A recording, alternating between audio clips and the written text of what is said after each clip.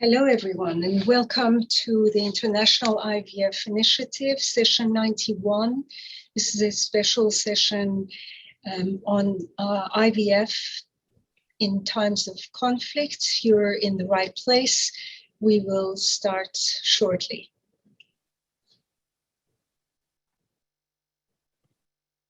Hello, everybody. Please put where you're from on the chat. As we go through the webinar today, please put your questions in the question and answer section. You're quite welcome to chat in the chat section, but any questions, please direct to the Q&A section. We have an attendee from Lebanon. That is wonderful.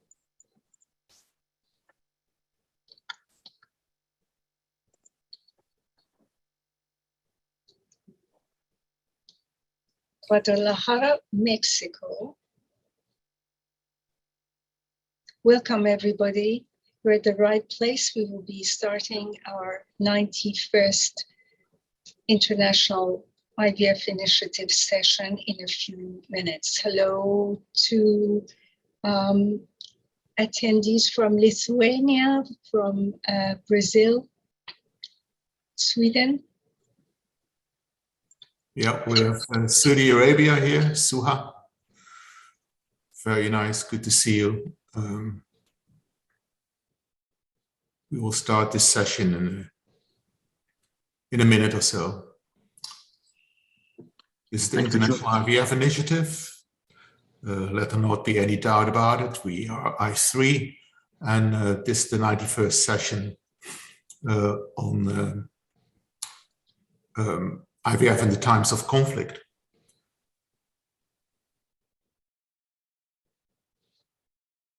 Welcome, everybody. Welcome all. This session put together very quickly due to the developments that we all know about. But again, we thought important to mention this topic in the time of conflict. Please ask the questions in the Q&A section. We have also attendees from the Ukraine. Welcome. We hope you are safe. Poland. We have Denver, Colorado, USA, Greece. Welcome, everybody. Thank you for being here. This is an important session, and your participation is important. Belfast. Okay, I think we can start. It's now 3 minutes past. Sure, yes. Well, welcome everyone. This is I3, the International IVF Initiative, and thank you for joining us today. This is the 91st session. It's a very special session that was put together relatively hastily in the last 4 or 5 days. Our executive director, Giles has worked very hard to get everybody involved here, who you will meet shortly. As usual, we encourage you to please ask your questions using the Q&A section of the conference service, which is on the bottom of your Zoom screen, and not this chat section. Of course, you can chat as much as you like, but not to ask us or the panelists or the speakers any questions. But we won't really check it for that. Sometimes we are able to, but please use the Q&A section. Well, you know why we are here. We are here for a very, very serious reason. And as I3, which is an information forum, we feel that we must inform you, as we did at the start of the pandemic 2 years ago, about this unheard situation in Europe and this very sad and cruel circumstances. And report on the work that has been done in the Ukraine in embryology. Our emphasis today is on embryology and embryologists, on Ukrainian embryologists and Ukrainian embryology, and how they are focusing in this area of conflict on their situation.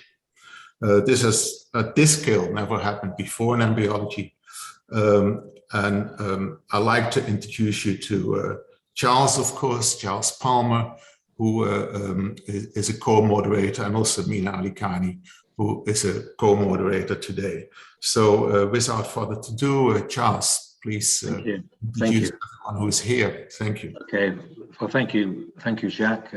Jacques, Cohen, Mina, Alikani, who need no introduction, not just as scientists, but as people that have helped countless people in our profession over the years in our industry. But together with myself, we'll try and navigate this evening through the events which have happened and are ever evolving. We're going to focus on embryology, and you may have heard through our social media platform and our podcast some of the voices from Ukraine and the brave work that they're doing at the moment. So we're joined this evening with colleagues who have first-hand experience of IVF in times of conflict. So we have Pavlo Mazur, a man who I've got to know over the past few months, an excellent embryologist and researcher. We've got Birol Aydin and Uliana Dorofeyeva, who you've seen on i3 before, talking with their egg bank ovagene, but now with their courageous work to ship embryos and gametes across the war zone to safety. And it's been highlighted in recent days, and it's been very popular that we've seen on outlets internationally and also on a social media platform as well. We also have Olena Novikova and Olga Chaplia, two embryologists who were forced to flee their countries and seek refuge in another country. Olga, having left amid worries over the conflict several months ago, who has now found a job in the USA. She's working at Yale Fertility Center. And Olena Novikova, who is now at present in Norway. So i3 would like to welcome you. And now over to Mina. Thank you very much, Giles, and thank you, Jacques. Also on the panel tonight, we have Natalie Silverman, who writes about fertility issues online and has been a great help in getting this webinar ready at such short notice and producing the regular i3 podcast, especially the one that accompanies this webinar. It's also my pleasure to introduce Tim Sharp. He's a leading expert in biorepository operations. He has served additionally in the US Army in sensitive logistics roles. You may know him from his previous job at Tomorrow Life Sciences. He has experience coordinating routine movements of cryopreserved biomaterials, including from conflict regions in Central and South America, materials that were used for biomedical research. So his extensive experience is quite relevant to this session, and we look forward to his participation. Before we hand the session to our presenters, I would like just to say a few words. I want to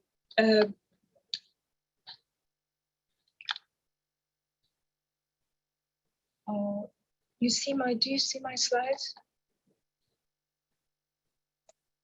Giles? Yep. You do, okay. So yeah. let me switch to presentation. Just give me one moment. Okay. So I wanted to reiterate what Jacques already said and about this session and about i3 and why we are conducting this session. And as you know, the International IVF Initiative was formed in response to a different global crisis, the COVID-19 pandemic. And it provided a platform for collaboration and communication. And I think it is that the hope that this collaboration and communication would instill a sense of community and provide hope for everyone who was participating. This particular session is for discussing the impact of conflict on embryology, ART professionals, and ART patients in war zones or those exposed to other armed conflicts in the Ukraine, and of course, Ukraine being front and center. But unfortunately and sadly, wars and violence and armed conflicts rage all around the globe as we speak. This session is also dedicated to those of our colleagues outside of the Ukraine who are living with these conflicts day in and day out. And as this slide shows, there are many of those areas around the world. We have war in Afghanistan, we have instability in Lebanon, we of course have the war in the Ukraine, war in Yemen, Myanmar, on and on, Ethiopia, on and on. So it is particularly important to talk about how conflict and war affect our embryology operations and ART in general. So I'd like to read a statement that was recently issued by the European Society of Gynecological Oncology that sums up the feelings that many of us are feeling. They said that our scientific community strongly believes in cooperation, dialogue, tolerance, mutual help, and democracy.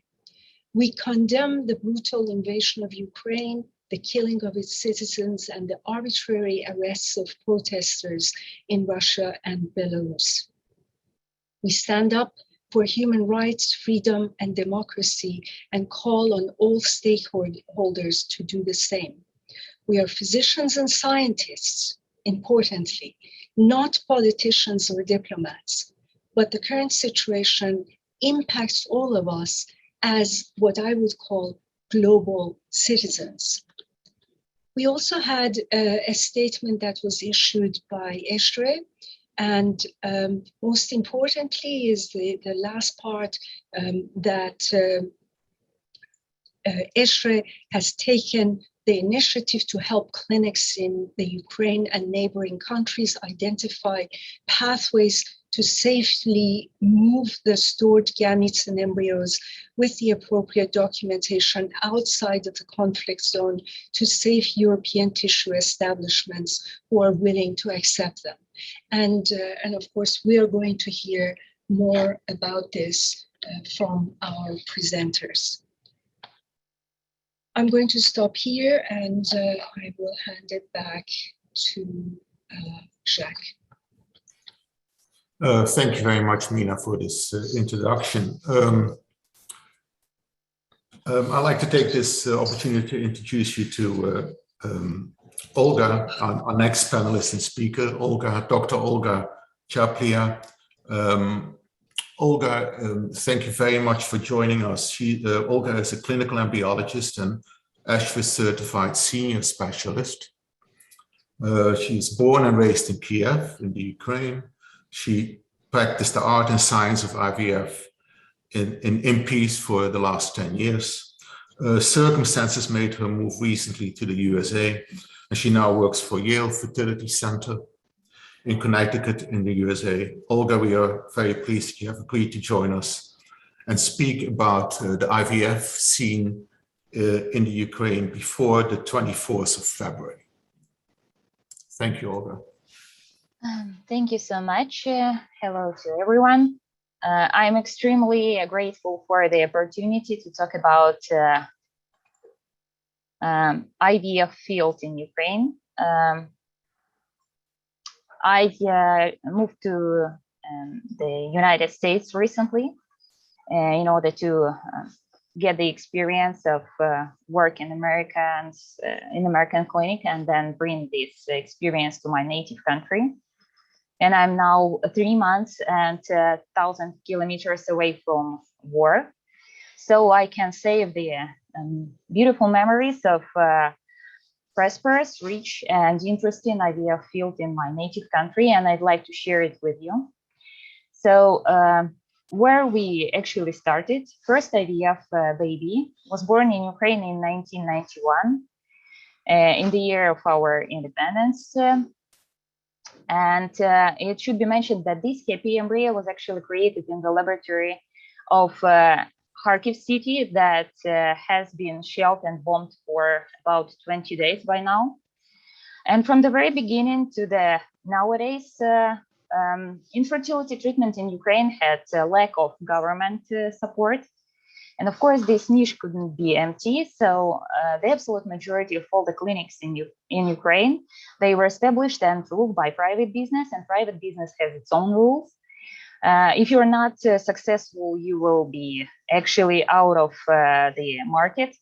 So that really forces Ukrainian clinics to be equipped with the highest technologies, to open good laboratories, to hire highly educated staff.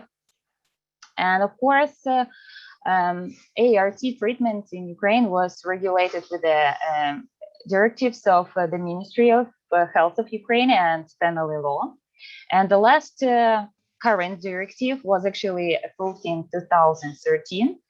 And the reproductive society was struggling a lot and actually was close to success in order to update this directive. And also our Ukrainian legislation is kind of liberal, so gamete donation and surrogacy is allowed for couples, and lonely women. Same-sex couples and lonely men are not allowed to pass IVF treatment in my native country. So all these factors, they actually lead to the result that Ukraine infertility treatment field had the comparably low prices and quite a good result at the same time. So what we had recently, we had up to 60 clinics, and half of them was actually located in the capital city named Kyiv. And we performed about 500 cycles per 1 million of population. Of course, it's not enough, but it's not because of the limited clinics capacity, it's because of the financial reasons, because the majority of all the cycles were paid from out of pocket of patients. And still Ukrainian population had a lack of knowledge and some kind of prejudice against the IVF. So we had space to grow, and recently in 2021, even in Kyiv, regardless of all the COVID difficulties, 3 clinics were open or about to do that. Ukraine is a country that you can witness the triumph of ICSI, and also PGTA is kind of popular. We vitrify embryos and use mainly one-step medium culture medium, and there is about 200, 250 embryologists in Ukraine. 12 of them are ASHRAE certified specialists. Mainly, in order to work as an embryologist, you don't have to pass any special certification. The majority of Ukrainian embryologists are biologists who also passed special 3-month postgraduate course in a medical university. So to be honest, ASHRAE or any other certification is not about some kind of benefits in your workplace, but mainly about self-challenge. So if that would be no war, I'm pretty sure we would have great more ASHRAE certified embryologists this year too. Thanks to our Middle European geographical position, we had no problems with consumable supply. Had a lot of official distributors in our country. Something, of course, was back ordered, but mainly you could pay and get everything quite quickly. We also had, we were interested to foreign patients, mainly because of egg donation and surrogacy, but also because of a high quality of services provided. Ukrainian reproductive medicine specialists were united with the Ukrainian Association of Reproductive Medicine that hold its own annual meetings. And embryological evenings, that was a cozy meeting for all the embryologists for discussion and listen to some lectures. And also we had a special general common chats in our messengers to share our knowledge for every embryologist in our country. Ukraine had own egg bank, exporting the meats of high quality to worldwide with the help of the unique Ukrainian IVF courier company. And of course, we had a pioneer in technologies, thanks to, one more time, high quality of equipment, high quality of staff and education, and also quite liberal legislative control. We were able to provide our patients a very special, on the edge, but still controversial treatments like spindle transfers, stem cell research, and nuclear transfers. And as you see, we had our own first in the world records. So as you see, Ukraine had very rich, prosperous, full of life, and full of beautiful initiatives and people IVF field. And of course, in the war began, everything changed dramatically, because war is about death, and death is not the thing that can stand near to IVF. And today, Ukrainians are not only protecting their dignity and their land, they are also protecting life, even if this life is only at cleavage stage. But I'm sure we will succeed, because life always wins. Thank you very much for your attention. We will stand. Slava Ukraini. Thank you. Thank you very much for that, Olga. That's given us a great introductory, and I think, you know, set the tone. So it's a country which had a thriving IVF clinic, embryologists as well. And Olga, if I can ask you a question as well, did you leave because you know the conflicts were coming, or again, as any embryologist, was it that you wanted to spread your wings and you know, and go to a different country and learn some more embryology? Pity to, well, actually, I wanted to get a very special experience, and I planned to get back to my country in order to bring something from the US, because of course it's a very unique experience and it should be shared to my colleagues and to clinics that are there in Ukraine and lack, for example, so strict control as the US. But the thing is that I, as many other people in Ukraine, were guilty of wishful thinking, and we weren't expecting that stuff to happen. So to be honest, I didn't seriously take the possibility of a real war till the war happened.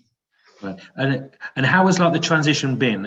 And I'm talking only about the work. You know, has it been very easy to adapt to, you know, a lab in the US? I presume it is, and I presume you've had people to support you there. Is that right? Well, I was recommended to this lab.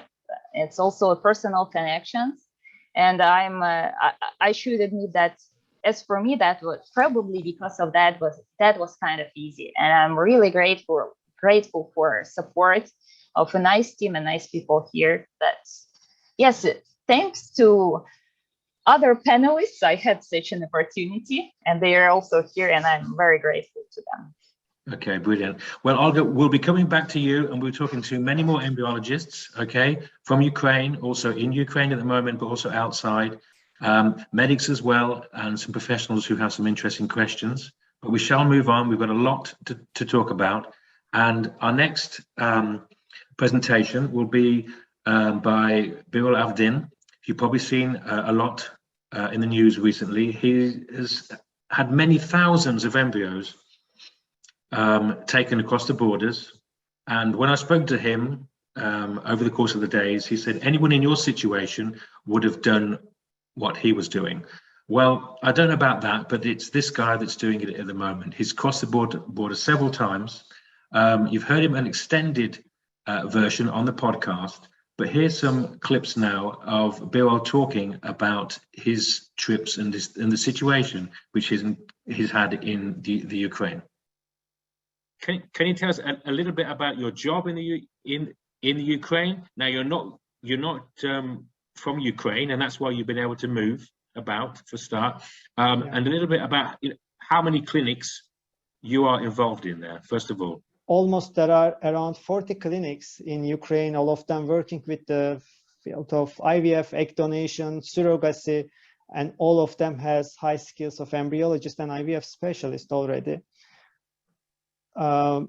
Mostly like we were making international activities, of course, with especially for the surrogacy.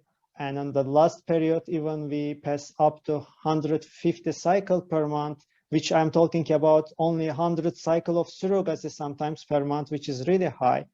Of course, it's not easy to organize like 100 surrogate per month and 60, 70 of them getting pregnant. So you should follow them, you should take care of them. So a lot of newborns every month. That the clinic built really good organization, that almost all clinic as a legal department, marketing department. So IVF field in Ukraine really progressed so much, especially last several years. Of course, I cannot say clinic by clinic, agency by agency, how they are acting, but as my clinic and our agency, we try to move that all surrogate who is staying in Kiev to out of Kiev to secure places as to west part of the Ukraine. And we succeed mostly that. But of course, now is a difficult situation. Actually, like we have many pregnant. So some of them we were even able to take them abroad, like the different countries. Almost many newborn baby, we save them, we secure them to secure places. And some of them even we just get to give them their recipient family. So they just took the baby and to go to their countries. Actually, we try to protect all. We sent them food, medicaments. So actually, we try to protect them as much as we can. But of course, sometimes it's difficult. I cannot say all of them like 100% are under comfort. So some of them difficult to take them out or change their decision because still they have families.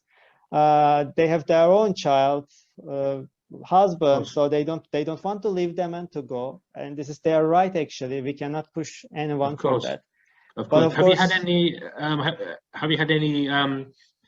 You know, and maybe you've been so busy these days, and other things, and communication's been difficult. But have you had any like intended parents? You know, like contact you, or have you heard of other clinics who must be very, very, anxious of what's happening now? Yeah, actually, like all intended parents under contact with me and with the clinic, with the agency as well. So of course we are trying to support them, while for them to find information about their surrogates is sometimes difficult, but we are providing information.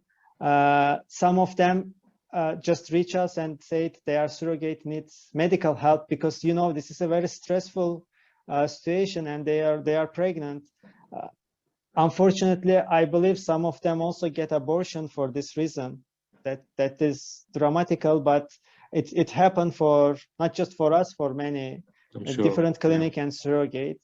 But I have to say, intended parents were really supportive, so they understand situation. For them, they were worrying not just about their child, but they were worrying also about the surrogates and their health, while surrogates are still carrying their baby, and they were really looking to situation directly from human basis. So it was wonderful. We didn't get any problem with any intended parents.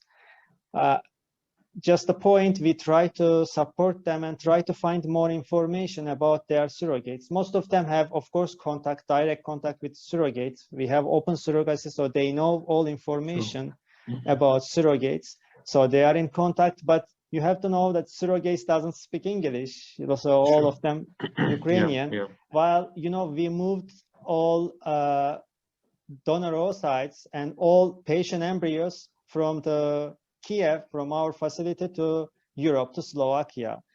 But of course, now our patients, so some of them want to move their embryos to their country. While, of course, we will give them some option. I mean, we are hoping to back to Kiev, to our facility as soon as possible, but we are also realistic. We know that will take time, and also we need time for recovery of everything. So system will not work immediately, like even work today completed. We will give them alternatives from the different clinics. We already make different agreements for different clinics. But of course, some of them have right to take their embryos to their country or which clinic they want. So that is the reason I just ship here today to Sweden the donor eggs for the treatment of patients while they are waiting a long time. Most of them, they are preparing endometrium for embryo transfer. So just I bring the donor oocytes while our courier company is not, cannot give actually service while they are all male and they are all stay in Ukraine while they cannot come. And as embryologists with my team, we are 7 embryologists. Now we are trying to also work as a medical courier and shipping the materials to different countries. Now, as a male, only I am able to go out from the country, from whole team, and 6 female embryologists. So I bring them with me. They are here. Of course, we bring almost 70% of our medical team who is female also to abroad. So we try to organize for them flat. We are trying to support them for food. Of course, it's not easy. While 1.5 million people move from Ukraine at once, so mostly they come to near the border country as Slovakia, Poland.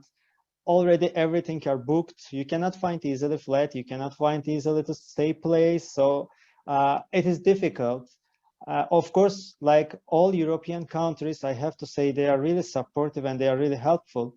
They are trying all their possibility. People are helpful. They don't use that as a advantage or business perspective, but yeah, they were not ready for such things. That's why places are limited. And now, yeah, that my team is, of course, controlling all storages. So daily we should fill them, we should monitorize them about level of liquid nitrogen and safety. Also, we should pack a lot of material as embryos and all sites we are moving to abroad, depends on patient wish. So now we are traveling with them and just to move. Yeah. Can I ask you, are you not some problems you actually transferring into Europe? Now, I believe it's been helped out by ECHA. They've had a committee meeting and a decision, but how difficult was it for you to actually, forget the actual physical difficulties of moving it out, but as far as the paperwork, were you, was there a lot of paperwork problems and a lot of, customs problems that you had to deal with? Yeah, actually, first of all, we have well experience about custom process while we have egg bank. We have a lot of transfer through Europe to other countries, while you know that especially for egg banking, we should get SEC coding. So how we are getting, because Ukraine cannot get SEC coding while we are not in Europe, but we have third-party agreement with the European clinics. So through European clinics, we are getting SEC coding for egg donor, and that we are moving to other European countries. So this is totally legal issue. And we have experience about like a paperwork, custom paperwork very well. Of course, here that main question was like authority and clinic will give acceptance letter while we are moving embryos. So it's not the same to move eggs and embryos. It's totally different. So that's why I mean that here we have to be very thankful for like especially Slovakian authorities and the clinic while they give us such advantage. But from another side, I'm very aware, so it was very risky. While it's a big responsibility, especially for me. I mean, the first thing when everything happened, like I really first thing, like just I ran away to clinic to get as much as storage I can, but finally my car can get only 4 storages, not more. But at least I said, okay, I will take some of them. So yeah. How much I can, yeah. Sure. But can I just say that when you arrived at the border, okay, with the Jewers, okay, and we've got pictures of you and the cars, and we'll speak about it in a moment, but how easy was it for you to just cross the border with these things? Because, in times of war, we shouldn't have to overthink this about, consents and about, getting authority. But I'm sure that, people were interested, suspicious, or in fact, there was probably no difficulties in getting those samples across the border. So what actually happened there? Did you have agreements with the clinics already? and you had the paperwork, or did you have to wait a few hours in the customs? It happened so quickly, actually. When I start with the storage from the clinic, I make a call, and the clinic and our site start to prepare documentation in advance. So that clinic from Slovakia sent all acceptance letter and documents from the custom office.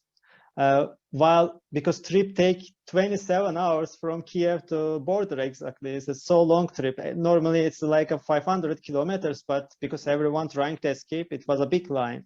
So it was so difficult. But we had enough time to prepare documentation. From our side, our team start to prepare custom documentation while we can pass from Ukrainian custom. And from that side, Slovakian clinic prepare all documentation while we can pass. And they register our car as a medical courier car. So when we come to Ukrainian custom, actually it was quite easy to pass from Ukraine because they understand the situation, and also they are trying to save, of course, the future.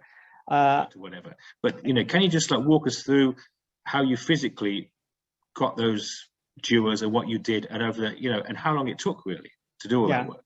Yeah, actually from story starting, it was like morning 6 a.m., 5 a.m. Like I was just sleeping and I heard a big voice with explosion. I was just looking from window. I see everywhere as fire because I am living in city center.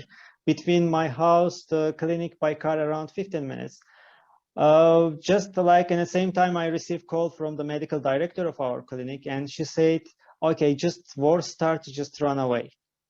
And well, I didn't know what to do because there are two things. The first thing, like all of our incubator was fully with patients. So there are a lot of material over there in incubator. So I call all my colleagues, no one is able to come. Only two girls, like they come after 2 hours, the big trip, because all car was already accident on the road because everyone making a panic, roads were blocked. So finally I reached the clinic, and immediately we start to freeze first all embryos in incubator. Someone is at day 1, someone is day 3, day 5, whatever. We freeze all embryos and all incubator were empty. We put them in storage. And then I try to move storage to car, but this is 60, 70 kilograms and we don't have anyone in the clinic except girls. So we try to move and we succeed that. And just for me, of course, that embryos are important to take them, but also I want to take my team. So I don't want to leave behind my team. And all of them has either boyfriend, either husband, a child. Of course, it's not easy to take them. At least some of them I take with me. So it was emotionally so difficult because this is their country, their home. They don't want to leave. But I pushed them, and I took one of them at least with me. So we started drive to Lviv, while we have to go first Lviv in a safety place and then to pass the custom. Our plan was because we have 22 storages, not just 4. Well, all 22 should come. I cannot separate the patient between, because all of them has important material. So we start to drive, but line is not going. Actually, like it takes 27 hours to us to reach the Lviv. And then we reached the Lviv, but our aim was to bring also another storages. And we find out some truck driver who is really brave. And of course, this is kind of situation. We don't think about financial issues. So of course, we pay what he deserved, what he asked, but he was able to move. And then he moved to Kiev back and to try to take all other storages. But another story, actually our clinic are located very close to the military area, the biggest military building. So our clinic is under risk. This street is under risk, actually. While someone should come to clinic and to load this storage to truck, and this truck can come to us. Our medical director and our clinic CEO, so they take their life risk because anyone can shot them on the death road, because death road there is a big fight between. But they enter and they load the storages, and those storages also move to Lviv. While we come to Lviv, then we start to pay, and we had actually 2 unsuccessful trials. We moved to Poland borders, both Poland borders. In the first one, we wait on the line 30 hours, but the line only moved 1 kilometer still we had a far away 14 kilometers to border, so impossible to reach. And then we try second border, we spent 22 hours, only 500 meters we move, so impossible. And then we found a way to use from Slovakian border to custom line. So we passed custom line without any waiting. So then we arrived custom line, and the first 4 storage with my car and 4 storage with my colleague Dr. Uliana car. So 8 storages we move easily to Slovakia. And then we come once again, we enter to Ukraine, and we move 8 more. So that our plan. So you came back. So you came back to Ukraine. Yeah, I didn't realize that. Yeah. I enter again.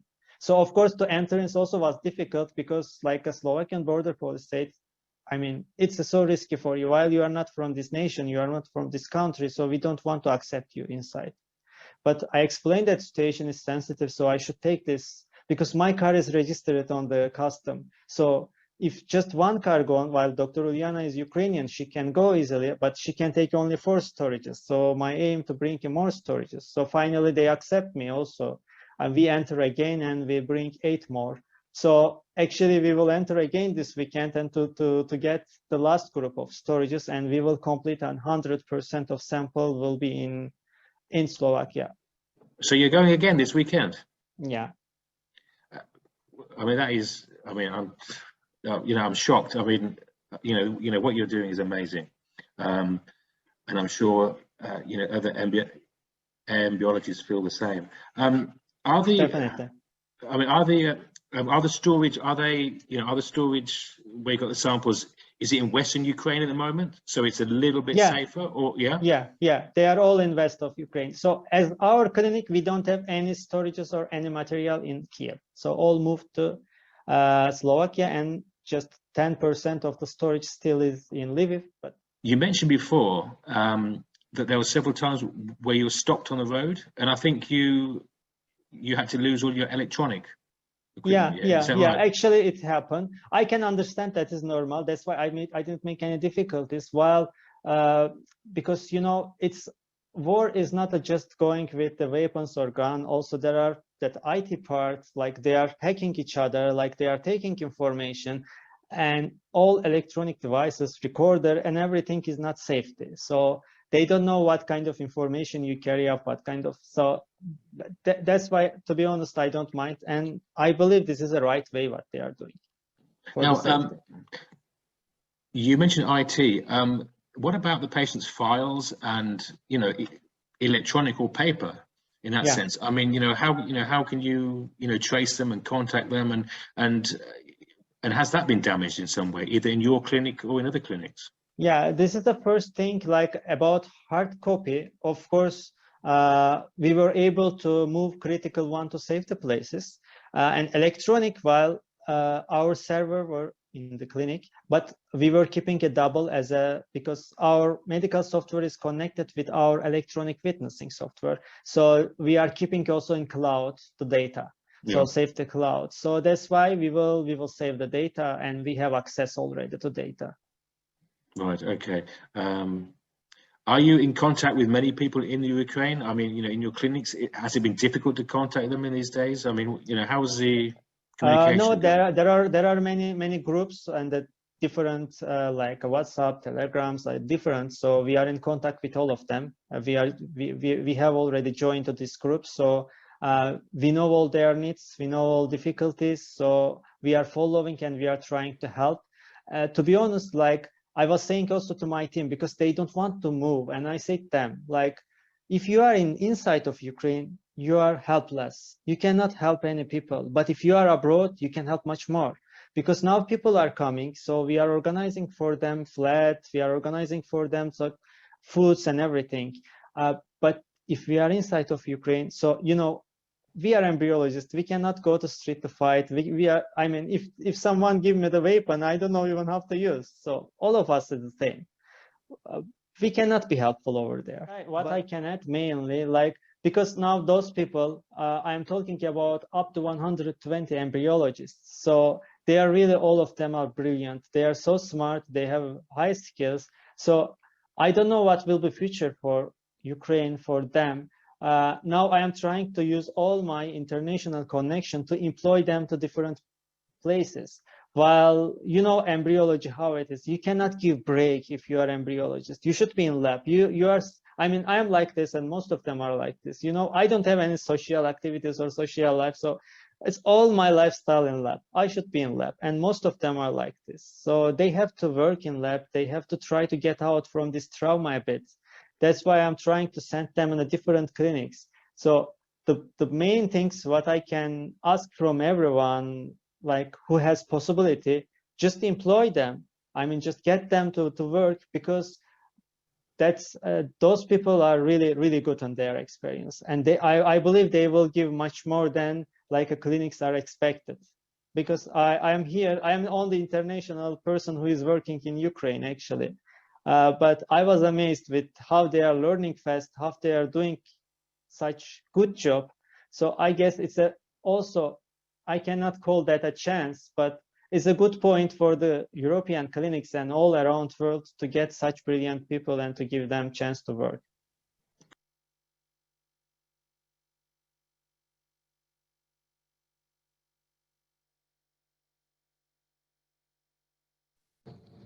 Thank you. Let's see. Thank you so much. This was really quite eye-opening. If I may ask a couple of questions, Birol. There are many questions actually that are coming in from the audience naturally. And one of the questions is whether, from Bronte Stone, he asks whether there are alternatives to this cross-border attempts at moving the material, something like bunkers or vault-like military secure areas that you might be able to take the cryopreserved material to. Is there anything like that?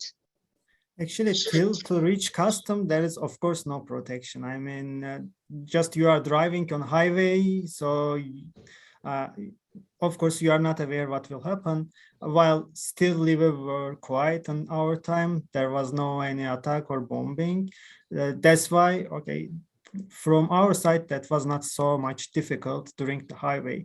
But till to come custom border, of course, there is no security. There is no such. There are a lot of control point, checkpoint by the Ukrainian, but still, like between the custom and Lviv, there is no special military area or protection. But when you come to custom, of course, there are both sides has their secure zone.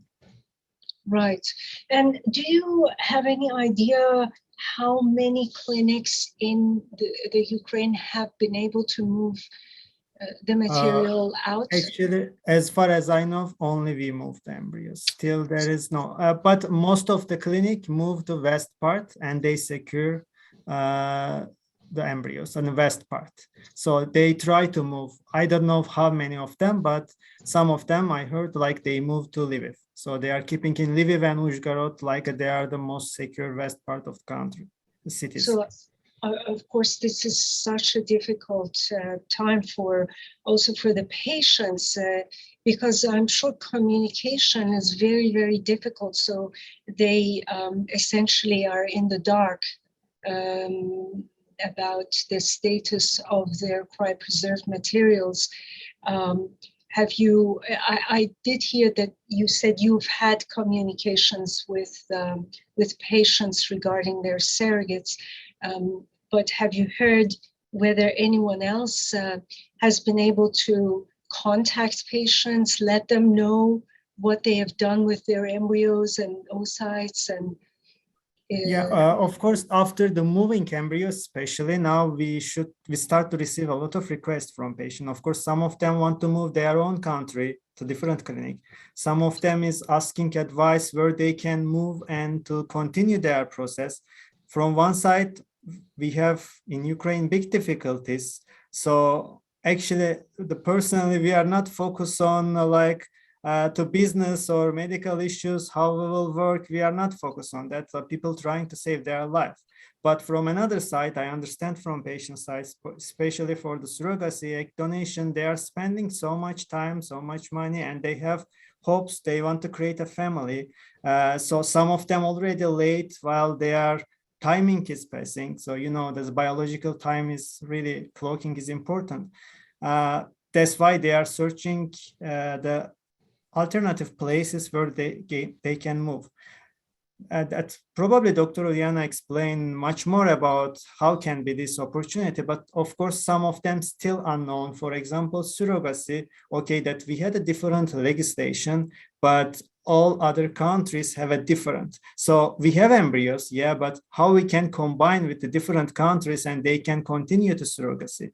So how they will find the surrogate, or even if you find the surrogate, how we will move these surrogates to another country or city. So there are all still unknown questions. So actually, still we need the time to give answer to that. But for the basic programs for egg donation, of course, we have possibility to move those embryos to different countries and they can continue their treatment. So of course, we are considering also from their side, their perspective. Thank you so much. And Dr. Uliana, would you have anything to add to this discussion, please? Yeah, good evening, everyone. And thank you for joining such a great initiative. And thank you for a great introduction and Birol for all the explanation. Actually, he went through all the process very detailed. I just would like to add some small comments and maybe start from the background from Ukraine. Olga explained greatly what the country is. And this is true that we've had more than 60 IVF centers, and everything started in 2001 once the first clinic was registered there. And my practical career started in 2006. And this happened that I've been dedicated for the international cooperation since the very beginning of my practical career. As a medical coordinating, the young doctor, just finished the medical university and my practical experience for the cooperation between Ukraine and Ireland. In that time, we've received the frozen samples, sperm samples from Irish male partners. We used the oocyte donation, oocytes, fertilized them, created slow frozen zygotes and sent them back to Ireland. And since 2006, thousands of babies have been born, not only in Ireland, but in any different locations, because in 2011, we started an egg bank. And my practical career was dedicated to the egg banking and international operations. So that's why on day one, I live in Lviv. This is the Western Ukraine, and it was not that hard in the first day and the second day and the third as it was in Kyiv. But we've seen, of course, all this tension. And the first day, what we were thinking, reading that this is a war. And I would like to say that this is like, it's not a conflict. It's not an invasion. It's a real war. And while going back to Lviv this weekend, I felt absolutely different. I was crying and driving, and I understood that I don't know either I will be back for how long, what will happen to my friend, to my colleagues who decided to stay there. The embryos are under the attack. Some clinics are destroyed fully, totally. In the list of 60 clinics, I am the part of the Ukrainian Association of the Reproductive Doctors. We do not have contact with many clinics. Just few are still operating in the regime of the urgency. Most of the clinics are not operating. We don't know what are the conditions of their storages. Of course, like big clinics, they are taking the responsibilities, they are moving the samples, but I would like to ask them also, and to, even until my last visit to Ukraine, I was not sure. I was sure it's a temporary solution. It is like we registered all our samples as those which can be moved back to Ukraine in any time. And we did this through the red channel in the customs, as we are doing for all our export operations for the oocyte banking. And we are sending materials from Ukraine since, as I said, 2006. And then we are doing this to over 50 countries and different locations. So we know absolutely all details regarding export and import. That's why on day 3, after arranging everything in my home city, I took my children and I took the first set of our storages, and we just went to our Slovakian clinic, who was in great help, and in very short time. It's a long way, so I did it all together 4 times, 2 times together with Birol and 2 times alone. While he was preparing the embryos, I was taking the storages which were immediately ready with our oocytes. So over 8,000 oocytes are here safely stored in Bratislava, and all these thousands of embryos as well. And we are open, like after the actual committee decision, I've been contacted by many clinics from Hungary, from Czech Republic, even from the countries which do not have a direct border with Ukraine. And they were saying, we are happy to help. However, it's not that easy to help, because you need to do a lot of preparations. You need to have the agreement. Unfortunately, the committee decision of ESHRE is not seriously taken into account by the custom officer. And this is something what is happening right now, that some clinics and some doctors, even the agents, even the patients, as a private patients, they are trying to get into Ukraine. They are trying to save their embryos as a personal embryos, not as a bulk, as a all together storages, but just as a set. And they are just crossing the border with the green line as a regular patient or the regular person.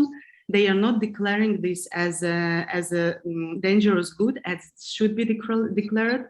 They are not getting this into the single European codic system. So it's not the proper way of moving these materials. It's a good way just to save them, because definitely the embryos are under the attack.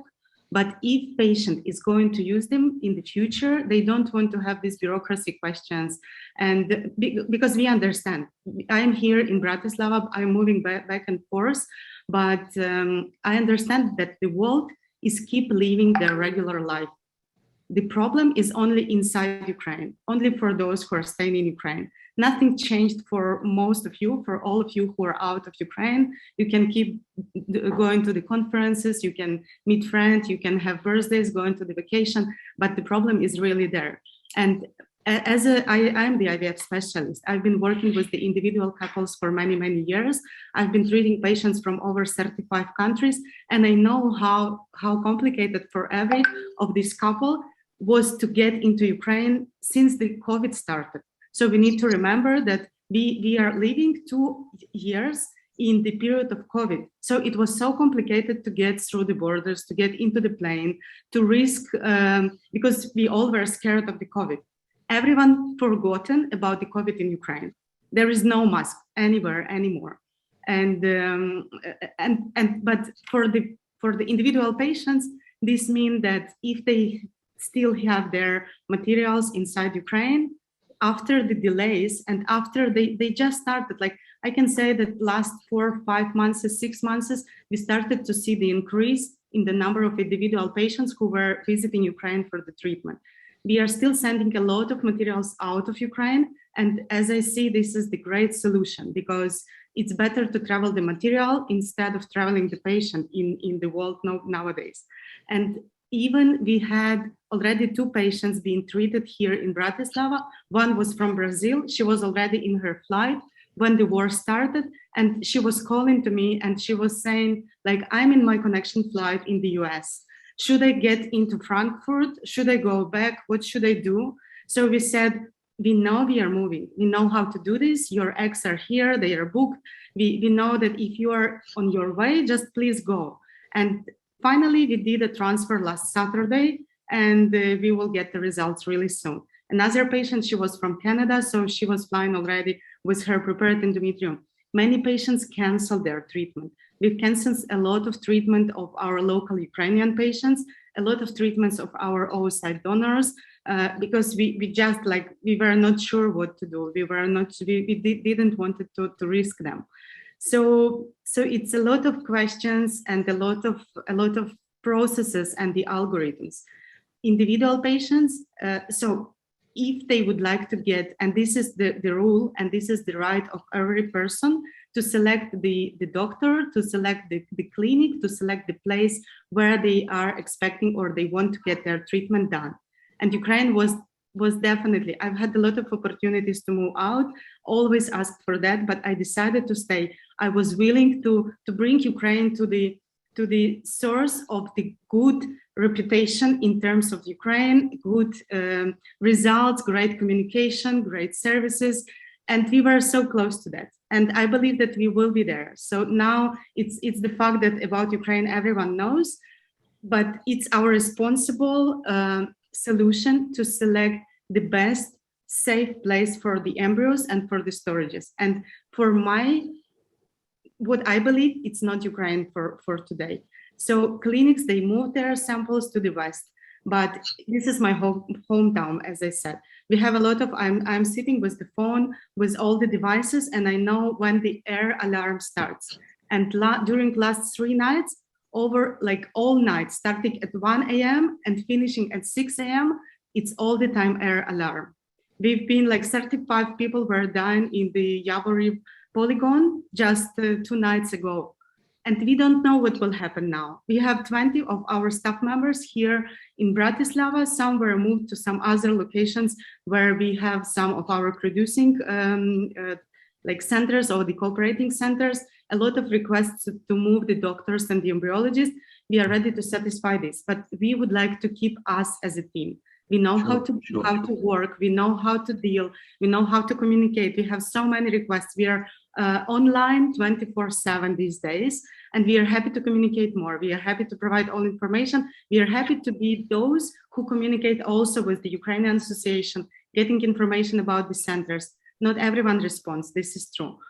And we don't know what's going on for all 60 clinics, but we know at least for some. And we are ready to help. We are ready to assist. We have already our practical experience and open to share this. Sure, because what you've been doing over the past few days, we've been following you. You've been, both of you have been tireless. And you mentioned now about outside, but if we can just talk to someone who's actually in Ukraine at the moment, if we can bring in Jacques now.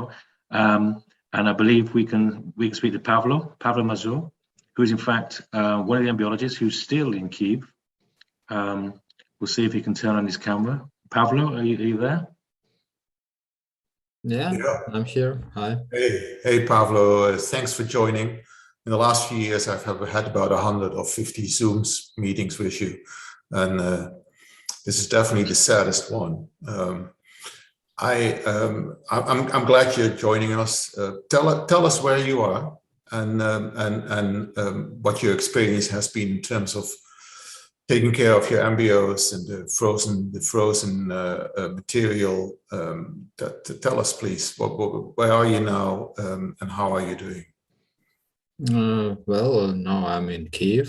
I'm not hiding. I'm here.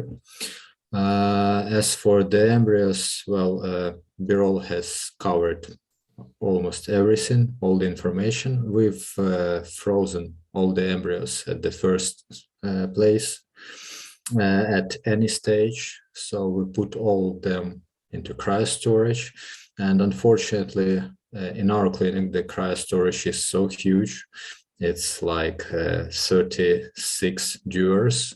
And we have these 2 huge barrels, like almost 500 liters of liquid nitrogen each. So it's technically impossible to move them. You need to disassemble the whole wall of the clinic to put them out. And we keep them in liquid nitrogen. We keep the supply of liquid nitrogen. So it's at this point, my job was over. So for now, I'm jobless for more than 2 weeks, almost 3 weeks for now. And I have nothing to do with embryology right now. Yeah. So I presume most clinics in Kiev are not, they can't. No. Almost all the clinics in Ukraine are closed now, or in a process of stopping their work. So there is no new cycles in Ukraine, as far as I know, in any part of Ukraine. So probably some of clinics in the western part of Ukraine, they can make the embryo transfers, frozen embryo transfers, but as far as I know, they stopped even this, and for now we don't have any cycles in Ukraine. Yeah. So, of course, you have all this storage, and normally what you do is maintaining these conditions, frozen conditions. You make sure you have liquid nitrogen on site. How is that working in Kiev? I know you're have been worried about that. Is that now? Is there more security now to get liquid nitrogen? You have to go out and get it. How is that organized? Yeah, it's only liquid nitrogen to go. You need to go to the place where they have liquid nitrogen with your own dewars for transportation of liquid nitrogen, and to take it from there. So you need to have a transport, you need to have transportation dewars. And for now, we have only one supplier of liquid nitrogen for whole Kiev. And it's located where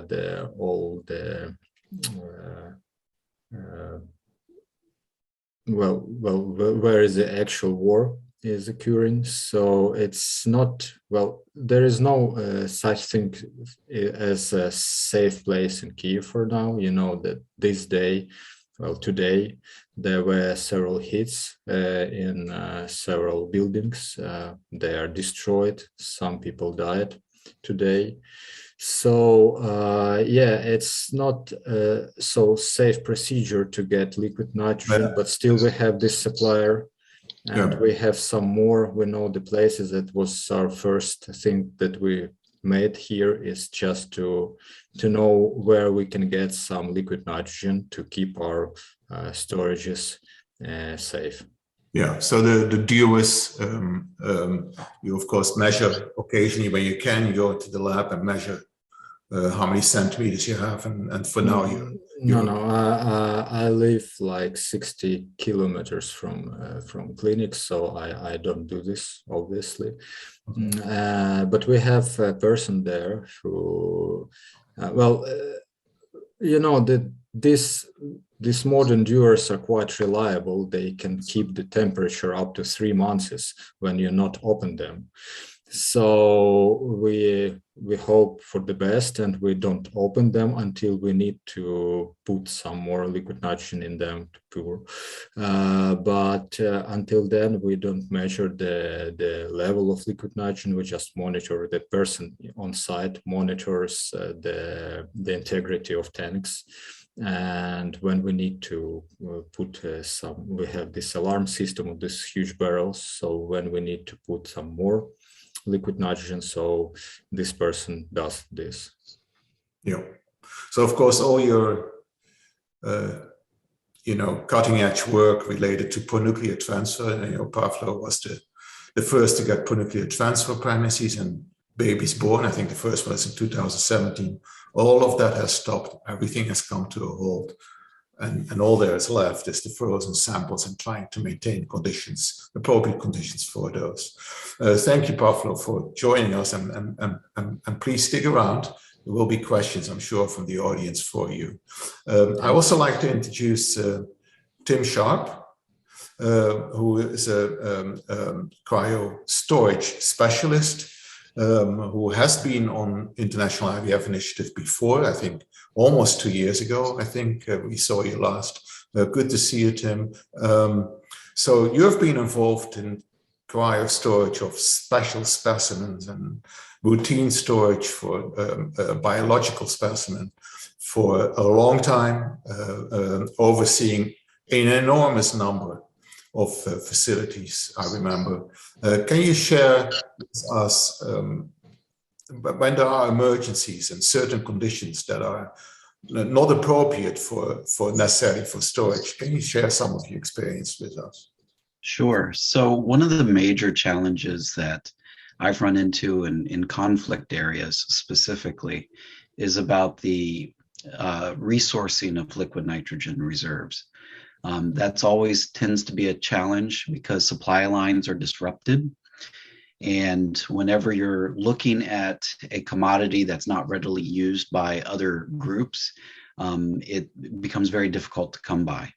So, one of the main challenges is whenever you know that a conflict is approaching, is to shore up where these resources may be. That is one avenue to be able to continue to have liquid nitrogen available, but the other one is about conservation of the liquid nitrogen that you have. And Pavlo's doing exactly what is recommended, 100%. Keep the dewars closed. Do not interact with them. Just because a simple shaking of the dewar imparts kinetic energy causes the liquid to boil off faster. So keeping them closed, using remote monitoring systems to be able to monitor the temperature is absolutely the way to manage it. Now, in my situations on moving things across different boundaries, different countries and such, what I did find in the earlier days was actually having enough of the paperwork with you to be able to cross the border, to be able to convince the border agents that you're clear and that you're doing it for medical purposes. This also helps whenever you're actually dealing with those that are participating in the conflict.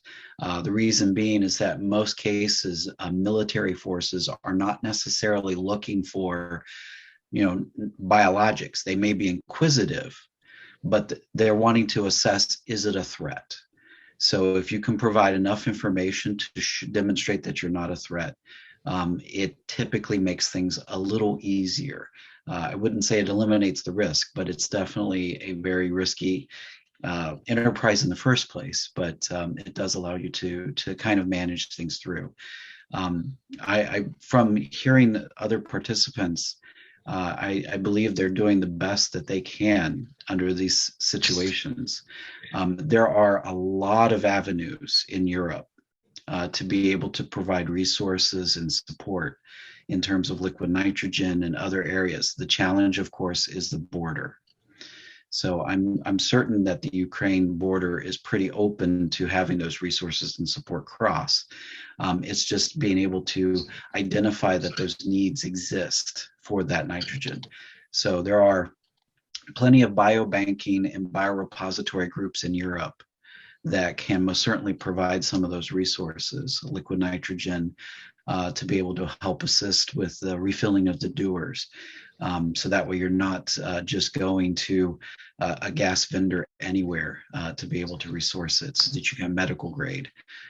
So it's, once again, those challenges about sourcing it. I do know that one of the challenges that you would have when it comes to conflict is that the dewars do not look like normal things. So when you're engaged with military, when you're engaged with insurgency, they may assume that to be a risk. And that's where the challenge comes in. Yep. So it's really important to have anything you can to provide information, to show that you're there for a medical purpose. So that way you can help alleviate some of those risks that come along with that. I know, being a former combat vet, one of the things that we look for is always about risk and trying to understand, is this a threat? Is it a threat to myself? Is it a threat to our objectives? And if you can clearly show that you're not, then typically military personnel will leave you alone. So that's just some things to consider. Dealing with the rest of it, it's really a challenge. Yeah. So I would like to thanks to him. It's so useful, and I'm getting comments here on the chat for your contact information, because and maybe a question that has come up also for you, Tim, Pavlo, and everyone else is. So what about generating your own liquid nitrogen? And I know under these conditions, that's probably not necessarily something you would. I mean, this is sort of hindsight. On the other hand, conflict has always been around. People have always been fighting. There's always been wars. There's always been natural disasters where that are similar to these conditions to some extent. So what about generating our own liquid nitrogen? Is that something that you have been in charge of, Tim? You've been in charge of enormous facilities, I remember. you know, really breathtaking size. So have you done that? Have you experienced with it? Because people. I actually have. In Ireland, I had a facility just outside of Dublin, and we used nitrogen generators there. The challenge is that nitrogen generators take time to install, take time to operate. So in an imminent conflict environment, it's not really ideal. But it is a useful tool to have because it absolutely offsets the risk of trying to find a nitrogen resource.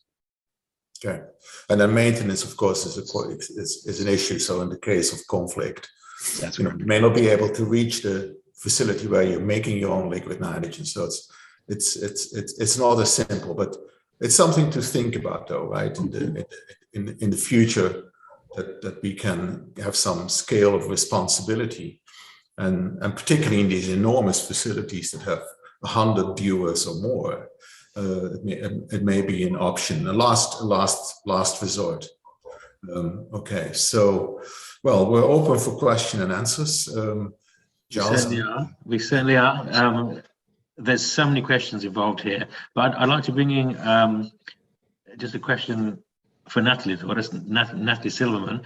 She represents, if you like, you know, the countless couples who are very worried about what's happening. And Natalie, did you ever think that you'd be dealing with this kind of topic in your work? No, not in a million years. And I think the fact that we're able to share just the insight and the amazing work that all the speakers have been sharing tonight is so reassuring for the patients, just to be able to hear, you know, literally what's going on, because there are so many questions, especially the intended parents and the like, worried about what might be happening in the surrogacy situation. So just being able to be involved and keep that communication open for the patients is so important from my point of view. Great. And if there's any questions that you want to ask, okay, and I know you're in contact with thousands, then please, you know, like chip in, okay, over the course of the Q&A. Olena, how are you? Olena, you're the first of the night. We need the audio off. Yeah. Hello, I'm fine, thank you. Okay. Can you just tell us your story, okay, briefly? Now you're in Norway, aren't you? So can you just tell me what's happening and what kind of situation you're in, you know, job-wise for a start? In the first day of the war, we should have a few punctions in our clinic, but not a lot of our colleagues came to the job. Just one of them came, finish their job, frozen all embryos, and go back to their babies. Now I am in Norway, I think maybe more than 1 week. At first week of the war, I was in Ukraine. Then I decided I should take my baby and go to my sister to safety place in Norway. And now I'm here. And you're looking for a job, as far as, you know, yes, obviously yes. The first thing is to flee. And the next thing is to look after yourself and your family, isn't it? Yes. I'm looking for some job because I need it. I need it because I love my job very much and really want to continue what I love. I have a daughter. She needs to go to the school, and I need money for it, and that's why I need a job. And are you in communication with other embryologists? We heard from both Pavlo and Birol that there's these like WhatsApp groups. So you're kept in touch, and there's a society, I think, in Ukraine as well. Yeah. Now I have a good support here with looking for a job, and I hope I will find it soon. Excellent. Mina, have you got a question from a list here? Well, there have been some interesting also comments. Many questions were also comments. For example, people saying that they would like to help Ukrainian embryologists get jobs, and there are a lot of offers of help, and I wonder if we could somehow make the connection between the people who are making these offers and the individuals who are in need of this help. Also, there have been questions about what the manufacturers can do to help manufacturers of IVF products can do to help. And just many people asking, what can we do to help? So I think this is open to everyone really here. Yeah, well, may I answer to one of these questions? From my perspective, the best that the manufacturers can do to support us, because all our clinics are closed now in Ukraine, is just to stop selling their products to Russia, to support their economy and their workers and etc. May I add regarding job of embryologists? So actually, I'm glad everyone is showing their positive way for that.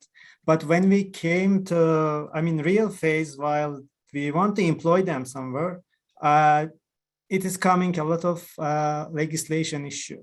While everyone should understand, like for Ukrainian embryologists, there is no special license. They are working just with their regular diplomas. There is no international certificate. But while we are coming phase of employ them, there are a lot of requests. And even most of them just couldn't take their documents, diploma or something. They just gone out, So that's why everyone should show a bit flexibility for that.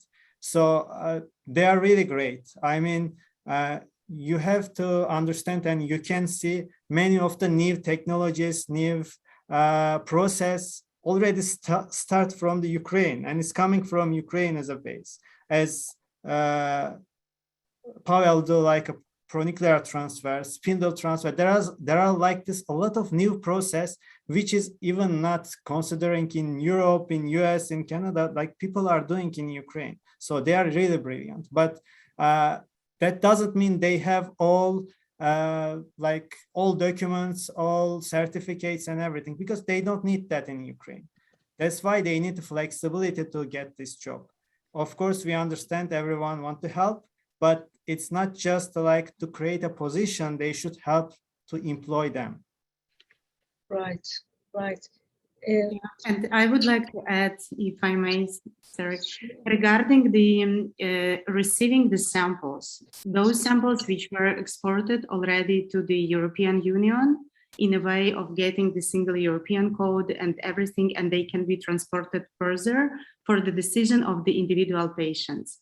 So it's absolutely different for how it works for the egg banking, because as we know, the legal side and the correspondence to the regulations, for example, of the HFEA, HPRA, FDA, Australian regulations, etc. So we do the processes for the oocyte donors and the screening and the paperwork and the consent accordingly. But if we were not thinking that we will move the embryos to elsewhere, we were expecting to treat those patients inside Ukraine. So what we are starting to face, that while the patients are asking us to move the gametes, for example, to the UK, and the HFA is requesting the double negative results for the critical infections testing, and this should be PCR, and that it should be the quarantine period, and then after the quarantine period, again, they should be retested. So this haven't been done. And these samples, they have been screened according to the Ukrainian regulations. So in addition to the supportive letter of moving the samples from Ukraine to the European Union, I think that we should bring this to the attention of the international society, that some of these samples, they will miss some of the paperwork or some part of the algorithm. And we need to think about the exclusive or the flexible conditions for these materials still to be able to move into the facility where the patient would be willing to treat. This is so important because we can manage, we are helping to treat those patients in Slovakia, in countries close by. Still, I see the issues as Birol mentioned. I cannot do the transfer by myself. And we all know how patients sometimes are connected, emotionally connected to the treating physician, to the team, to the coordinator, etc. And of course, I will pass through the process of getting the diploma being completed according to the European Union or any other state which is requesting, but still, patient has a right to move their embryos and to continue the treatment. And we need to be flexible in terms of evaluating the paperwork and giving this decision for the patient. Okay, if I can just comment on a previous topic that you said, and it was actually, I think, Pavlo that said, about what can the manufacturers do. I believe that a group of Ukrainian embryologists have written letters to various suppliers to that effect, I believe. When I spoke last year, it's been very difficult to speak to you guys because of the restrictions. You hadn't heard anything. I3 did in fact do some investigation. They have had one answer, okay, and I'm going to read it out. That was by Birol. Okay, so they're replying to my question about the letter. Now it says, we want to make it clear that Birol is deeply concerned about the developments in Ukraine and condemn the Russian invasion of the free country of Ukraine. It mentions the human tragedy in this. It also says we aim to donate all required products to the fullest extent possible to complete ongoing cycles and treatments. We're trying to uphold dialogue with our distributors in the Ukraine to see that this is done as quick as possible. Further, we continue to actively support UNICEF and follow their and other organizations' important work. They mentioned the thing that which you implied to, Pavlo, which was they're fully committed to follow global as well as regional restrictions and sanctions.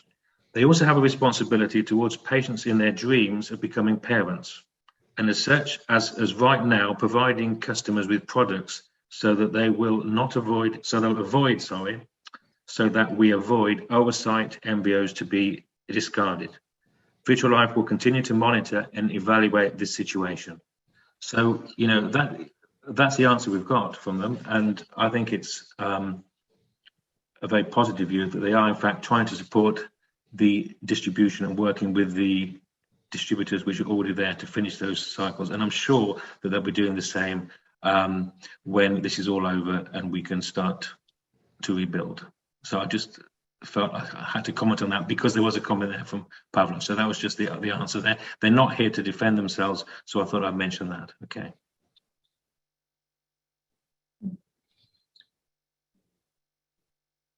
Yeah, and of course, in addition, there are of course international regulations. There are national guidelines. There's ongoing efforts there, and so obviously. Organizations like Cooper Surgical, Fetal Life, and all the others, Hamilton Thorne, they'll have to follow their national guidelines regarding the different players. So it's complicated. You don't get really, I know it's frustrating, but you don't get really a reaction very quickly from an organization, particularly if they're publicly traded. So we have Fetal Life's letter. There's some other reactions as well, and I think they're along the same lines. So I think it's positive from what I've seen so far, and I hopefully they will continue that. Mina. Yeah, I just wanted to mention that. It seems to me there may be a couple of questions from patients in the QA, and I wonder if you can give them. I know you can't give them specific reassurances, but I hope that it's become clear from your presentations and the discussion how hard you are working to save these precious cryopreserved oocytes and embryos. I don't know, especially Dr. Uliana, I don't know if you would like to address the patients that may be in the audience directly to really tell them how hard you are working on their behalf. I would like to say that within all these storages and within all these materials, we have a specific individual stories of every patient. And as a physician, like we are talking now, mostly the embryological team, that part of the clinics, and mostly embryologists, they are not connected so much to the patients. Those who are connected, I think they are doing a great job. And I think that we all should be connected to the patient. But doctors knows more of the stories. And I remember, you know, specifically when I was thinking that there is something dangerous here. We need to save what we need to save. As I said, our children. So in my first car, in my first route, were 2 of my children and 4 of the doers. This is the maximum I can get into. So in one of those doers, we had the tissue, the ovarian tissue of the baby, of the girl. She is 11.5. We did the cryopreservation of her ovarian tissue together with Birol, just I think 6 months ago. She is with sarcoma Ewinga, still on her treatment. She was really hard to get in a good conditions. But I remember this story, this particular story. And we also got two of her eggs, immature, and then we maturated them. And those eggs are also in this container. So there are many, many stories like this. And I would like to say to every individual patient that we understand the situation of everyone. We would like to be in touch. We are happy to help as much as we can. We will be able, like, as I said, I'm happy to communicate to the society, to the individual clinic. There are many people involved. If we cannot reach the owner of the clinic, we can get to the medical doctor or the lab director or just the responsible doctor or the embryologist. We would like to provide the information, and the clinics, they are also happy to share this. Just because we were in this, we know how to do this. So that's why we were fast to do this. But it's easy to follow the process. I just would like to recommend to do it right, because once we will be in the position that the war ended, and we believe this will happen, hope it will happen soon, we would need to get back. We would need to get back because our Ukrainian patients, they probably will not be willing to travel to Europe and also to pay and to afford their treatments here. So international patients, yes, this is their opportunities, and but we need to consider all we have in our list, all we have in our medical system, all we have in our records. So we would like to be able to move back. We would like to be able to move in the front and to move these gametes further. And we are standing for every patient. We are happy to communicate. We are happy to help. We are happy to provide any assistance, professional consultations. We are doing a lot of medical consultations. We are doing a lot of advisory right now, and we are happy to continue like this. Thank you very much. May I also add to this question? As Dr. Uliana already mentioned, patients unfortunately or fortunately rarely see embryologists who are working in Ukraine. And I just want to assure you that embryologists, at least those that I know a lot of Ukrainian embryologists. They are very dedicated to their work, and they treat the embryos of every patient like their own. And I'm pretty sure that they're doing everything that they can. Believe me, there was a huge struggle to get a liquid nitrogen to every clinic that really needed, regardless of any dangers. People were searching and they were communicating, they were sharing, they were arranging the delivery of liquid nitrogen. And it happened in the first 2 days of war, when everyone was pretty devastated and depressed, but still embryologists managed to unite in order to provide their embryos that are there in a cryo storage a safety issue. And be sure that if embryologists in Ukraine can do something in order to make safe, to provide safety to your material, he or she will do that. Thank you. If I could ask Tim a question again, because we should also mention conflicts around the world. Okay, now this is happening now. There are many friends of ours who are in the Ukraine, and that's what we focused on this. But I3 was always going to look at a similar sort of topic. But you mentioned that Birol, did the textbook stuff. Okay.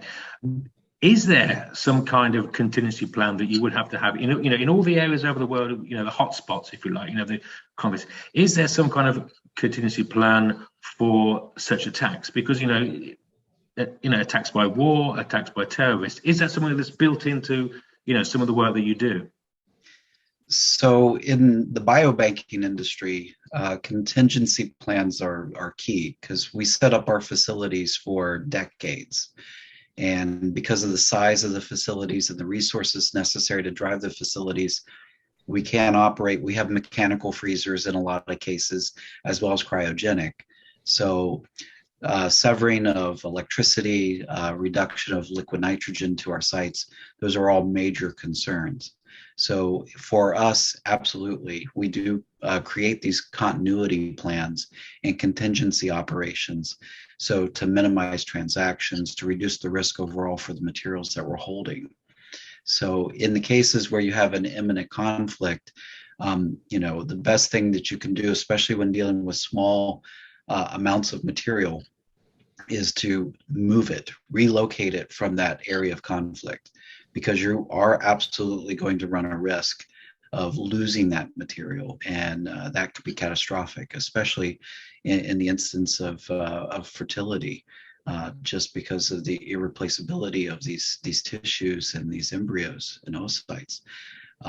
But yes, continuity and contingency planning, and just making aware of different networks.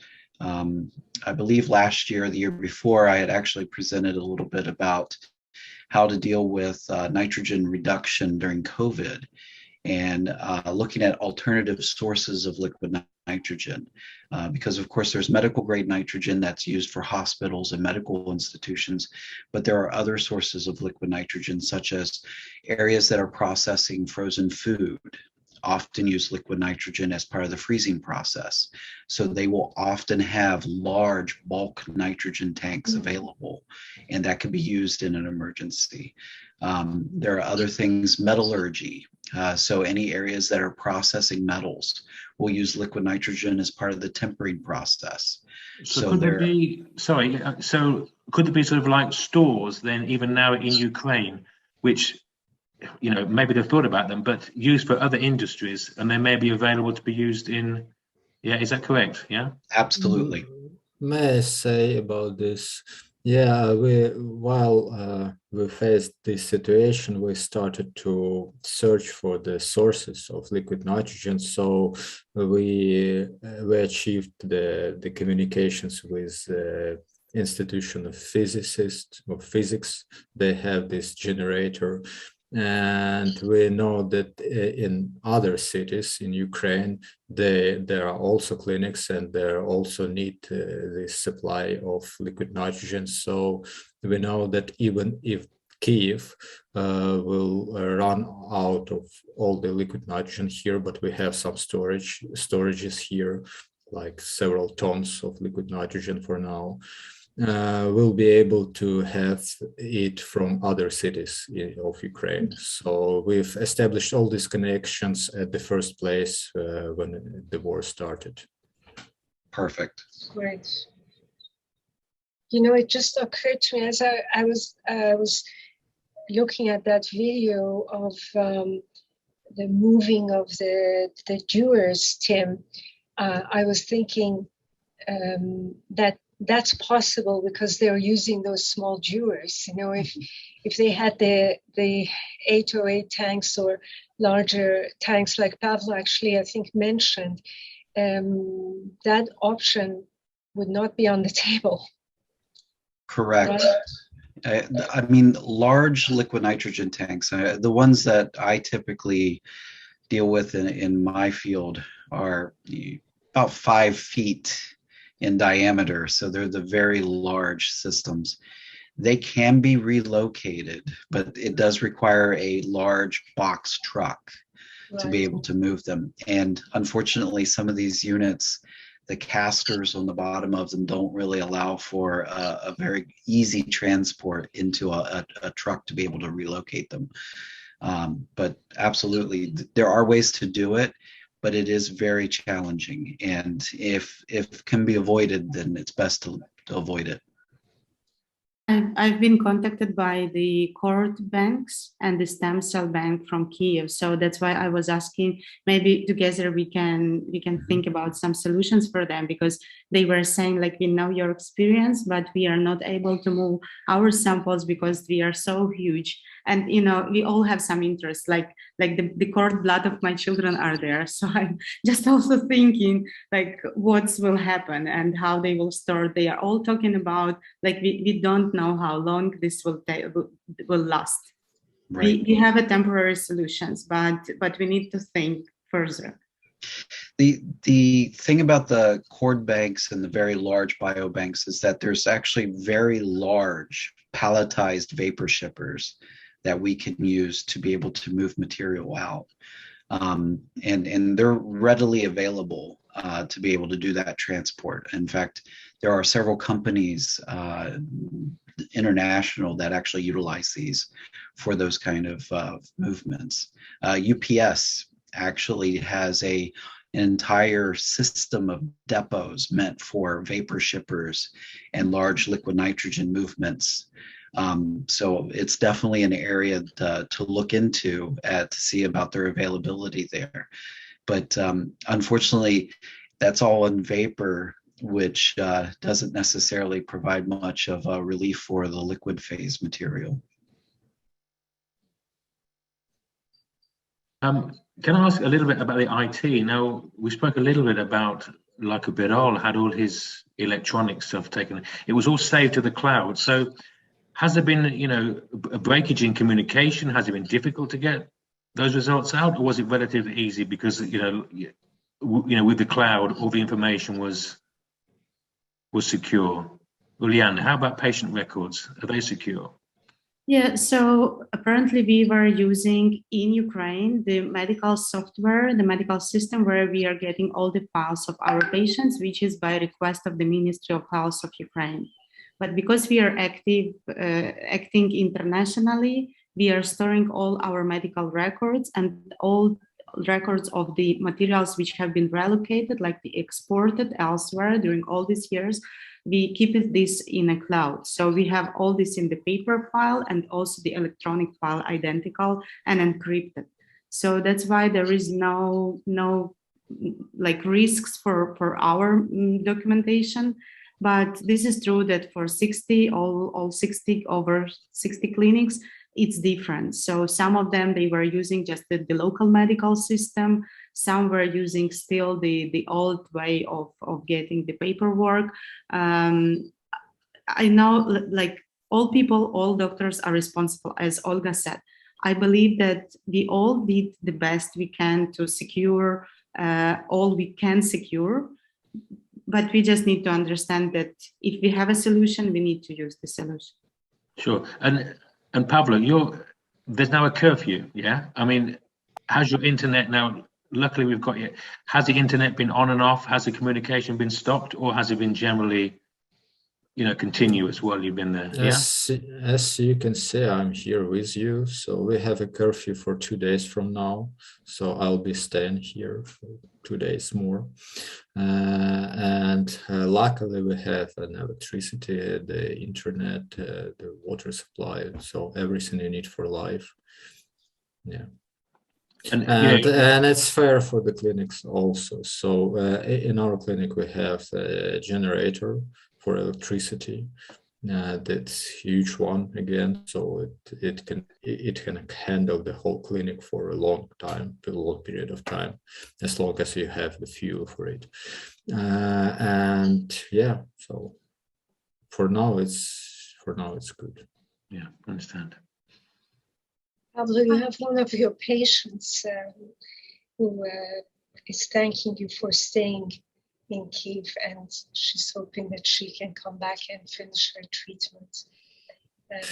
Yeah, there are many patients, and and a lot of audience members offering help for embryologists seeking jobs. And Giles, do you think that there might be a way to make these connections?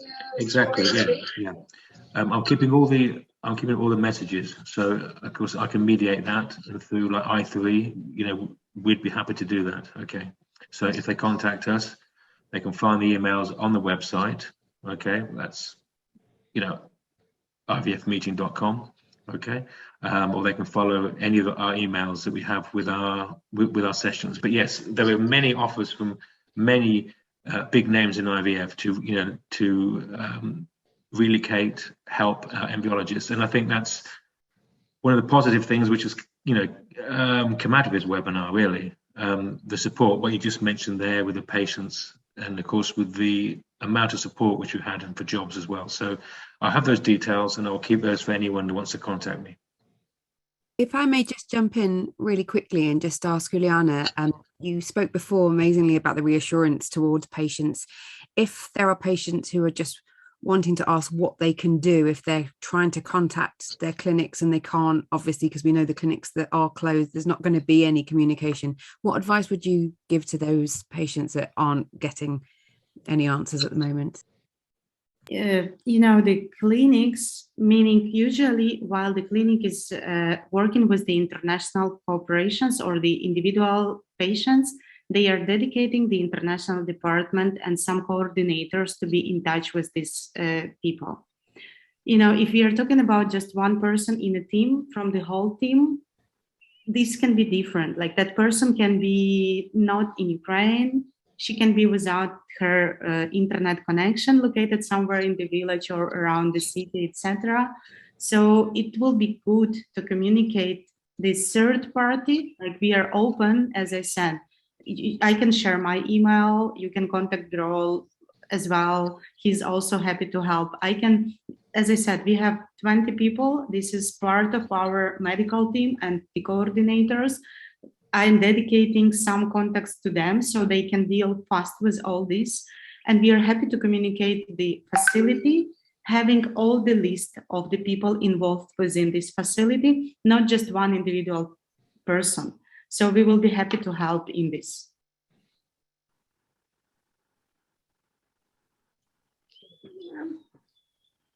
So, Giles, where are we now? Do we have time for more discussion, or are we wrapping up? You're the boss. It's entirely up to you. What is Jacques saying? What's that? Yeah, I think we should. I think we've got a lot of very good feedback. It was very emotional, heartwarming too, sad, heartwarming. And I think we should, at this point, wrap this up. Obviously, there are a lot of comments, very good comments, and volunteers. And we will, Giles and Thomas and Marianne, and everyone will work on the website to make sure that people can get in touch with each other. So I think, Mina, I want to extend our warmest thanks and thoughts to all our participants in this discussion, and specifically Pavlo and Birol and Uliana, Olena, and Olga. I also want to thank my co-moderators, Giles and Jacques, Natalie and Tim. And of course, I want to also thank the team from I3, who's always putting a lot of effort into making these webinars go smoothly and help as many people as possible. So thank you to the organizing committee, Peter Nash, Shaista Sadruddin, Marianne Cervantes, Thomas Elliott, and Victoria Almela. And I want to wish our Ukrainian colleagues well, and we wish for peace. Yeah, thank you everyone. Thank you audience for sticking with us today. I know this was a short notice, but you attended in masses, so really grateful for your attendance and your questions and comments and volunteering. We of course can be reached at various contact ways. You can go to our website, ivfmeeting.com, and you can also use our membership app if you like, if you use that. And there are many ways to start conversations with us. Our next webinar, that's next week, exactly a week from now, at the usual times, but there may be time changes because of spring, summer changes. So watch out for your local time. But the next webinar is a typical Giles Palmer production. It has this fantastic title. I think I read it somewhere, which applies to, particularly when you get older, it applies to me a lot. I think I read this somewhere. And that session is going to be moderated by Peter Nash and Kathy Go, Dr. Peter Nash and Dr. Kathy Go. And there will be a number of presenters, Duncan Nicholas from RBM Online, Kim Pomeroy will be there, Professor Palermo, Gianpiero Palermo, I think I remember him, Professor David Gardner, Santi Munet, Dr. Munet, and also I will be back briefly. And so, yeah, thank you very much for attending. Next webinar, the 22nd of March, 3 p.m. Eastern Time. See you then. All the best to everyone who is attending, and all the best to our colleagues and the patients in Ukraine. Thank you again, and see you soon. Thank you. Bye-bye. Bye.